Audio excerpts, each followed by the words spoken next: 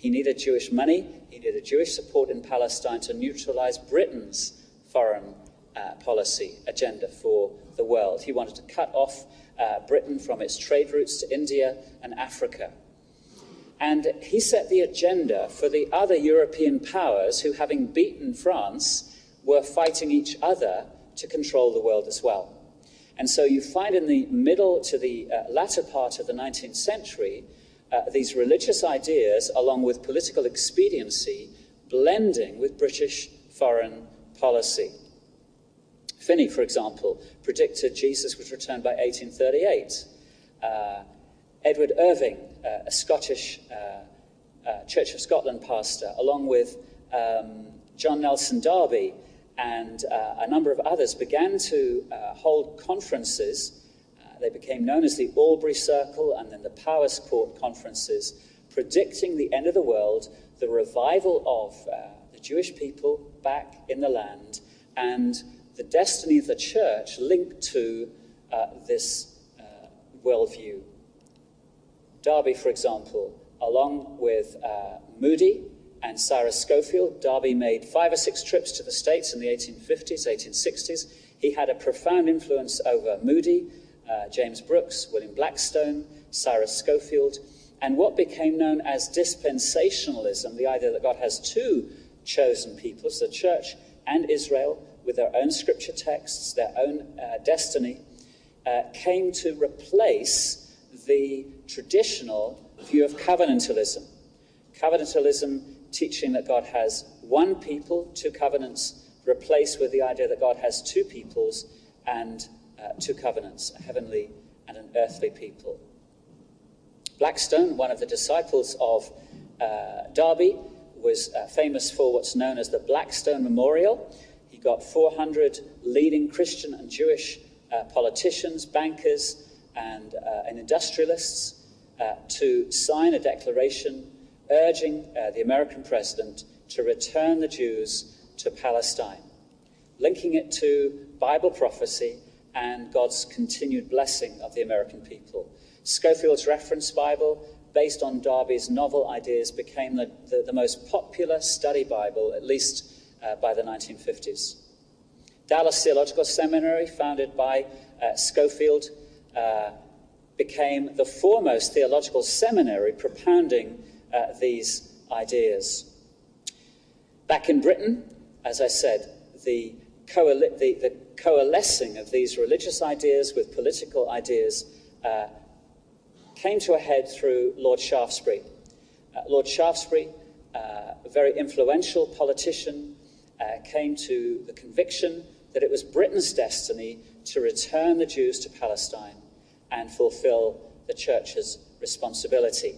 When his widowed mother-in-law married Lord Palmerston, who was the Foreign Secretary, Shaftesbury was convinced that Britain was being blessed by God and would fulfill her heritage, her destiny. He took out page adverts in the London Times and other journals calling upon Christians in Europe to get behind the restoration of the Jews to Palestine. Herzl's phrase, "a land of no people for a people of no land," was probably borrowed from Lord Shaftesbury, who a generation earlier had described Palestine as a country without a nation, for a nation without a country.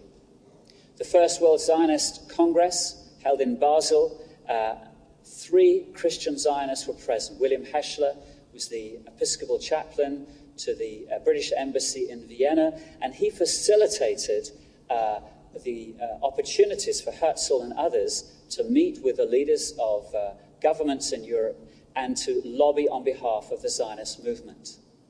Again, William Heschler's book, The Restoration of the Jews to Palestine, preceded Herzl's by 2 years. And Herzl's diary records meetings with Heschler. Remember, Herzl was largely skeptical of religious matters. He described this Anglican vicar in these terms: "a sympathetic, gentle fellow with a long grey beard of a prophet, enthusiastic about my solution to the Jewish question. He considers my movement a prophetic turning point which he had foretold 2 years before, predicting the settling of Palestine in 1897. We have prepared the ground for you said Heschler triumphantly. I take him as a naive visionary. He gives me excellent advice, full of unmistakable, genuine goodwill. He is at once clever and mystical, cunning and naive. Everything that you long for in your local parish priest. Remember, this is what Herzl is describing an Anglican vicar. We have prepared the ground for you. We Christians have prepared the ground for you, Jews. David Lloyd George was converted to Zionism through acetone. Chaim Weizmann was a chemist working at Manchester University. We were locked in conflict with Germany, and Weizmann gave the British acetone, a form of synthetic TNT, and it helped us defeat Germany in the First World War. James Arthur Balfour, probably the most influential Christian Zionist of the 19th century, saw his role and British politics as an instrument for carrying out the divine purpose. You may not know, but it's a fact of history that the Balfour Declaration was written by the Zionist organization.